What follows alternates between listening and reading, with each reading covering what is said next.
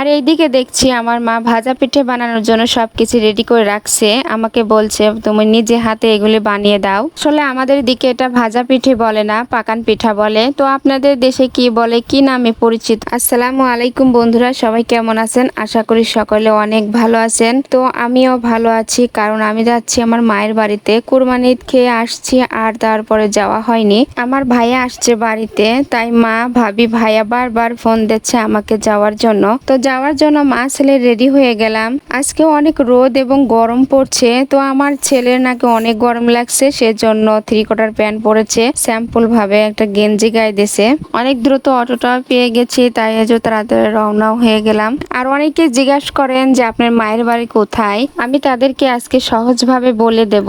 এই যে এখানে লেখা আছে দেখেন, সাদিপুর মাদ্রাসার পশ্চিম দিকে হচ্ছে আমার মায়ের বাড়ি। বাড়িতে এসে দেখি আমার ভাইয়া অনেকগুলো বাজার করেছে। মাছ কিনেছে, মুরগি কিনেছে। তো মুরগিটা আমার ভাবি কেটেছে, আর মাছটা বলতেছে যে তুমি নিজের হাতে কেটে দাও। তো আমি মাছটা নিজে হাতেই কাটলাম।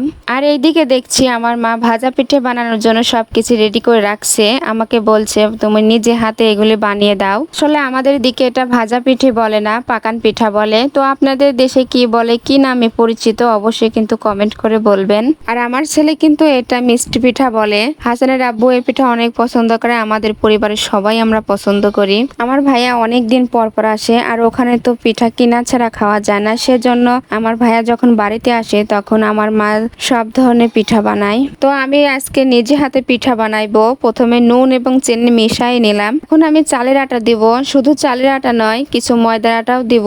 শুধু চালের আটা দিয়ে পাকান পিঠা বানালে সেটা শক্ত হয়, আর তার সাথে যদি ময়দার আটা মিশাই দিয়ে যায় পিঠাটা নরম থাকে, খেতেও অনেক ভালো লাগে। তো দেখতে দেখতে আমার কিন্তু আটা গুলানো হয়ে গেছে, আর ভাজা পিঠে বানানো শুরু করে দিয়েছি। পিঠাগুলো কিন্তু অনেক সুন্দর হচ্ছে। তো আজকে অনেকগুলো পিঠা বানাইতে হবে। তো সকাল সকাল আমাদের পিঠা বানানো কিন্তু হয়ে গেল, আর পিঠাটা কিন্তু অনেক সুন্দর হয়েছে। দেখেন আমি কতগুলো পিঠা বানাইছি। তো এখন এই পিঠাগুলো কিন্তু আপনার ভাইয়াকে খাইতে দেবো, সেই জন্য প্লেটে তুলতেছি। এরকম পিঠা বানাইয়ে পরিবারের সাথে কারা একসাথে বসে খেয়েছেন, আর আমার পিঠাগুলি দেখতে কেমন হয়েছে অবশ্যই কিন্তু কমেন্ট করে বলবেন। আমাদের ভিডিওগুলি ভালো লাগলে অবশ্যই লাইক, কমেন্ট, শেয়ার দিয়ে পাশে থাকবেন। আল্লাহ হাফেজ।